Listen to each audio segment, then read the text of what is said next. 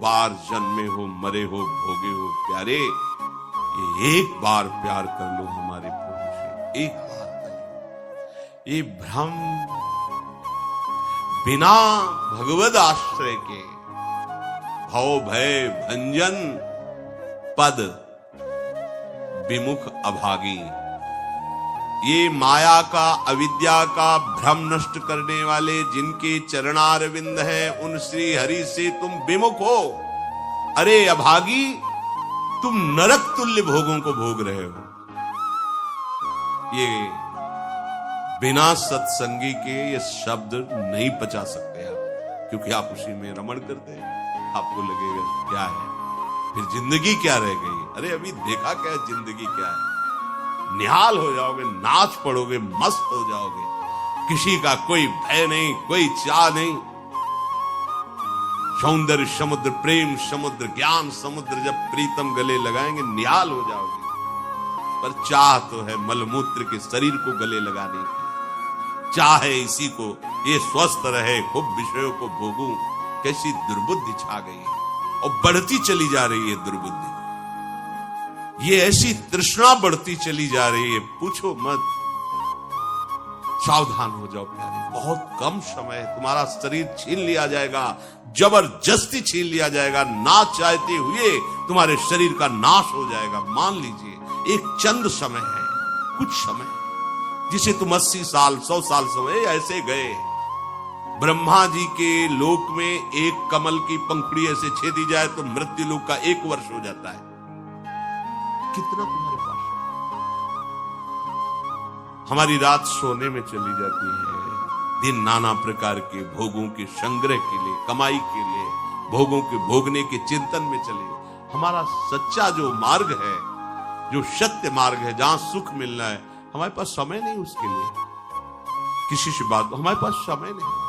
वाह, समय का बढ़िया सदुपयोग कर रहे हो, परिणाम तुम्हें समझ में आएगा। गोस्वामी जी कह रहे हैं कि निशिवासर रुचि पाप असुचि मन, ये मन अपवित्र हो चुका है भोगों का चिंतन करने से। रात दिन पाप हो रहे हैं, समझ में नहीं आता कि हम पाप कर रहे हैं। एक सेकंड में हमारे मन की वृत्ति दूसरे के दुख को दुख नहीं समझती, उसे दुख देकर सुख भोगने के लिए आज्ञा दे देती है, करो। बस जितनी सुंदरता संसार में उसके सबके मैं भोगता बन जाऊं। मलिन, ये आपको सुंदर है क्या? अगर एक दिन 10-20 बार सोच हो जाए, ऐसी दवा खवा दो, फिर उसी के देखो चेहरे की कांति कैसी हो जाएगी। अगर 2-3 दिन हालत चलती रही, देखने लायक नहीं रह जाएगा चेहरा। इसको तुम कुछ खास समझते हो? पानी का बुलबुला फूटने में देर नहीं लगती, पर तुम कमा क्या रहे हो?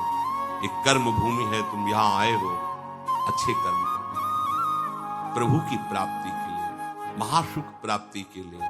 पर कह रहे निश्वासर रुचि पाप, रुचि पूर्वक पाप कर रहे हैं। छल पूर्वक आपने किसी का धन अपहरण कर लिया, किसी की हिंसा कर दी, व्यभिचार कर लिया। आप अपने मित्रों में बैठकर अहंकार पूर्वक बात करते, तुम्हें पता है मैंने इतने रुपए उड़ा दिए, उसको पता भी नहीं चलने दिया। पता है तुमने आज हमने उसके साथ एक गलत किया, कोई कुछ नहीं कर सकता, इतने वीर नहीं। वही कर्म तुम्हारा जब फलीभूत होगा, तुम्हें ब्रह्मा भी नहीं बचा पाएंगे, त्राहिमाम बोलने का अवसर भी नहीं रहेगा। देख लेना, देखने लायक नहीं रह जाओगे, सावधान हो जाओ।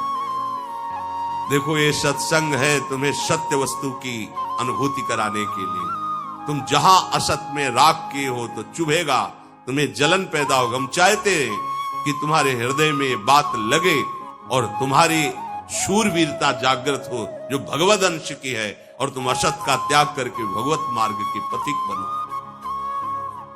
खलिमति मलिन निगम पथ त्यागी, ये भगवत वाणी गीता जी, श्रीमद् भागवत जी और भी भगवत प्रेमी महात्माओं के वचन, ये महासुख के लिए है।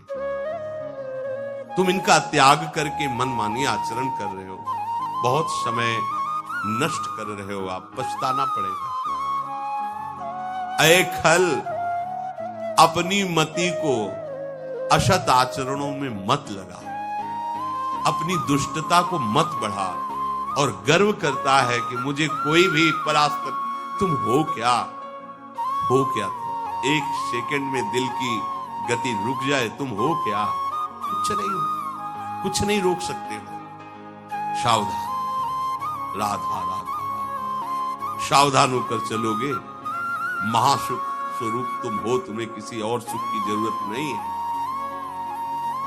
हमारी दुर्दशा ऐसी क्यों है? नहीं सत्संग, सत्संग केवल भगवत प्राप्ति के लिए होता है। बड़े भाग पाइप सत्संगा बिना प्रयास होए भो भंगा, ये मनोरंजन नहीं है, इसीलिए सत्संग मिलना दुर्लभ होता है। अगर भगवद वार्ता किसी को प्रसन्न करने के लिए उनके मन को घसीट करके अपनी वासनाओं की पूर्ति के लिए किया जाता, उसे सत्संग नहीं कहते। हम ऐसा बोले कि सामने वाला प्रभावित हो और अपनी जेब से पैसा निकाल के हमारे पास रख के हमारे ऊपर श्रद्धा करे, हमारा प्रणाम करे, हमारी यश कीर्ति हो, यह सत्संग नहीं है।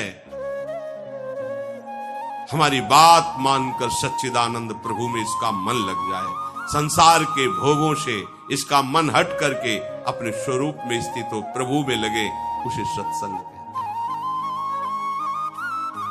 भक्ति स्वतंत्र सकल सुख खानी और बिनु सत्संग न पावई प्राणी।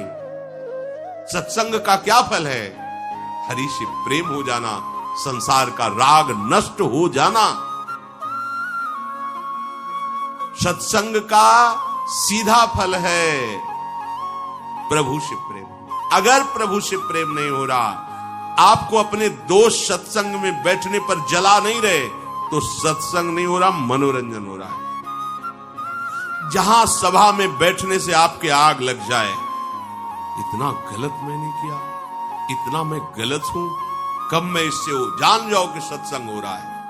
जहां श्रवण से आपका हृदय दाहयुक्त होने लगे, धिक्कार हमारे जीवन को, मैंने ऐसा किया, धिक्कार हमारे जीवन को, मैं कैसा जी रहा हूं, कब ऐसा अवसर आएगा जैसा बताया जा रहा है मैं ऐसा चलूं, मतलब सत्संग हो रहा है। नहीं सत्संग, और इसका फल हरि भजन।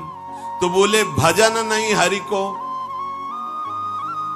आप इतना दान करें आपको इतने गुना मिलेगा, आप ऐसा करें ऐसा हो जाएगा, 100 में 10 रुपए दान करें 90 आपके पवित्र हो जाए।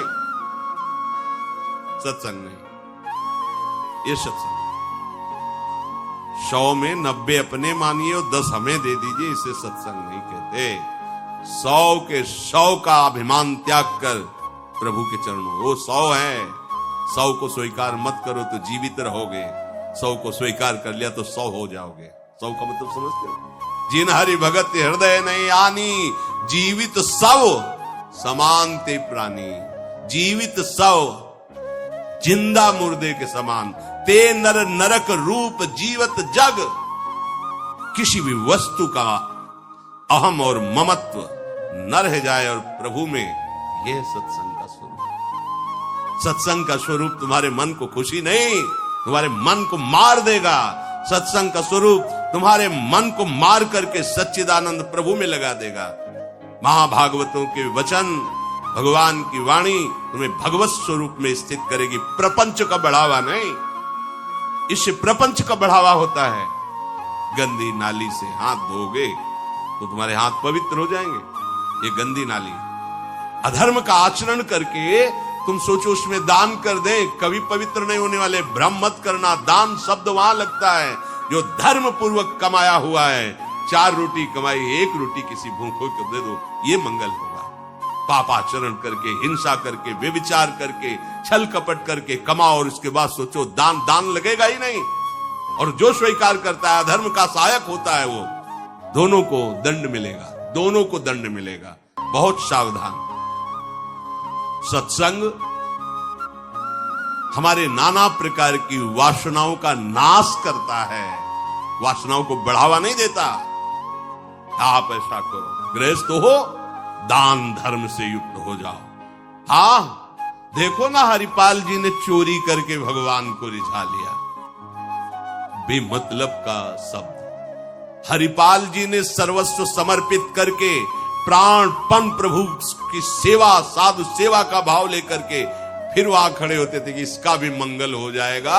जो भगवत भी अगर रामकृष्ण बोल दिया तो बोले नहीं, अपने सुख के लिए नहीं, अपने सर्वस्व का न्यौछावर करके कोई ऐसा दिखाई दिया जो रामकृष्ण हरि से विमुख है, उसका अर्थ लेकर संत सेवा में लगा।